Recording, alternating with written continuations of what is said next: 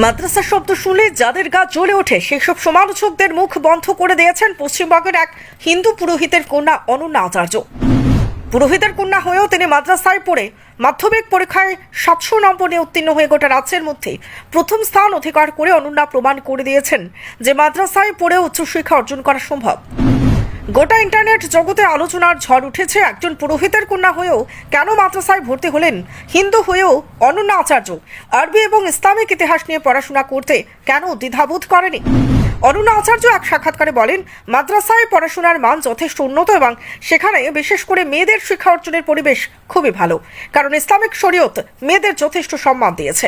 বিবিধের মাঝে দেখো মিলন মহান, কবির এই মহান লাইনটি ভারতবর্ষের জন্য সম্পূর্ণ সার্থক হয়েছে।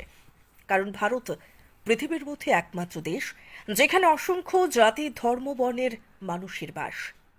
ভারতীয় সংস্কৃতির প্রধান বৈশিষ্ট্য হল বৈচিত্র্যের মধ্যে ঐক্য। এখানে মন্দির, মসজিদ, মাদ্রাসা, গুরুদ্বার সবই রয়েছে, আর এইসব জায়গায় মানবতার শিক্ষা দেওয়া হয়। কিন্তু এই পরিবেশে আগুন দেওয়ার চেষ্টা করছে একদল দুষ্কৃতী, তবে তারা কোনোদিন সফল হতে পারবে না। ভারতের বিজেপি সরকার একদিকে মাদ্রাসা বন্ধ করতে শুরু করেছে।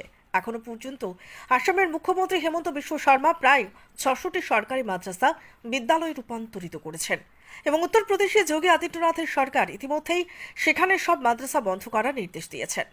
কিন্তু সুপ্রিম কোর্টের নির্দেশ অনুযায়ী আপাতত তা স্থগিত রাখা হয়েছে। আপনারা শুনলে অবাক হয়ে যাবেন, ভারতের সেই পরিস্থিতিতে পশ্চিমবঙ্গের সরকারি মাদ্রাসায় অনেক হিন্দু ছেলেমেয়েরা লেখাপড়া করে মানুষ হচ্ছে।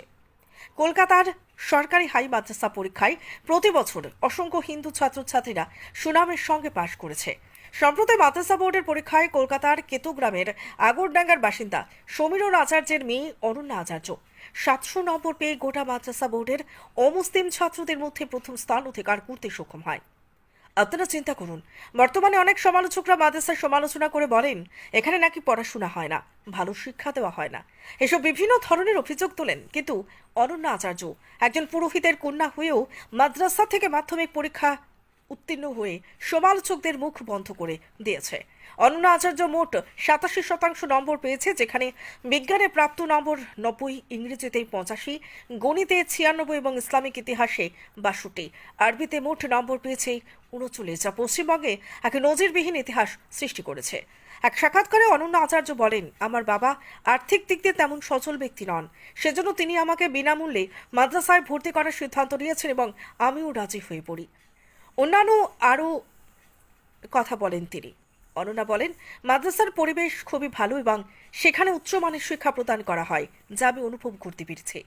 প্রথমে অনেকেই আমাকে মাদ্রাসায় ভর্তির বিষয়ে আপত্তি করেছে, কিন্তু আমার বাবা কারো কথা না শুনে আমাকে ভর্তি করান মাদ্রাসায়।